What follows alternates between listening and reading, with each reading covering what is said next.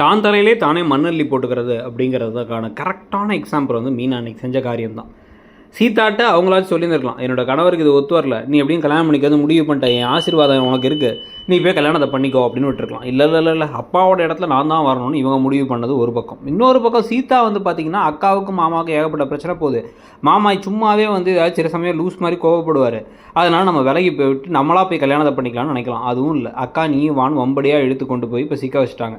இமீடியட்டாக மாட்டாட்டி கூட கொஞ்சம் நாள் கழித்து உண்மையாக வந்து ஒரு மாப்பிள்ளை பார்க்கும்போது மாட்டுறது ஒரு பக்கம். மாட்டினா வீட்டை விட்டு வெளில போ, நீ என் பொண்டாட்டியே இல்லை, உங்களை நான் சேர்ந்து வாழ முடியாதுங்கிற அளவுக்கு ட்ராமா பண்ணக்கூடிய ஆள் தான் முத்து.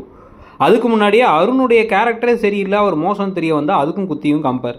நான் அப்போவே சொன்னேன் யாரா கேட்டா அப்படின்னு சொல்லிட்டு. இந்த மாதிரி பலதரப்பட்ட பிரச்சனைகள் ஒரு பக்கம் இருக்குது. இன்னொரு பக்கம் இந்த மனோஜ் மாதிரி ஆளுங்களாம் வந்து பார்த்திங்கன்னா அவருக்காக பொய்யா சொல்லிக்கிட்டு இருக்காங்க ரோகிணி. ஆனால் அவர் சிம்பிளாக வந்து நகையை போய் யார்கிட்ட வாங்கினாங்க இவங்கன்னு கூட கேட்காம முத்துவை கூட்டு போய் அந்த நகைக்கான காசை வாங்கிட்டு வா அப்படின்னு அனுப்புகிறாரு. இந்த மாதிரி ஒரு மாதிரி விசித்திரமான ஆட்கள்லாம் நிறைய இருக்காங்க இந்த சீரியலுங்கிறத பற்றியும் இந்த கதை போகிற போக்கையும் பற்றி நீங்கள் என்ன நினைக்கிறீங்க? இதில் வந்து அடுத்து ரவி ஸ்ருதிக்கு வேறு அடுத்து ஏதாச்சும் ஒரு பெரிய ட்ராக் வைப்பாங்க, அந்த தனி ஹோட்டல் ஆரம்பிக்கிற ட்ராக் அது இதுன்ட்டு, அதெல்லாம் பற்றி உங்கள் கருத்து என்ன?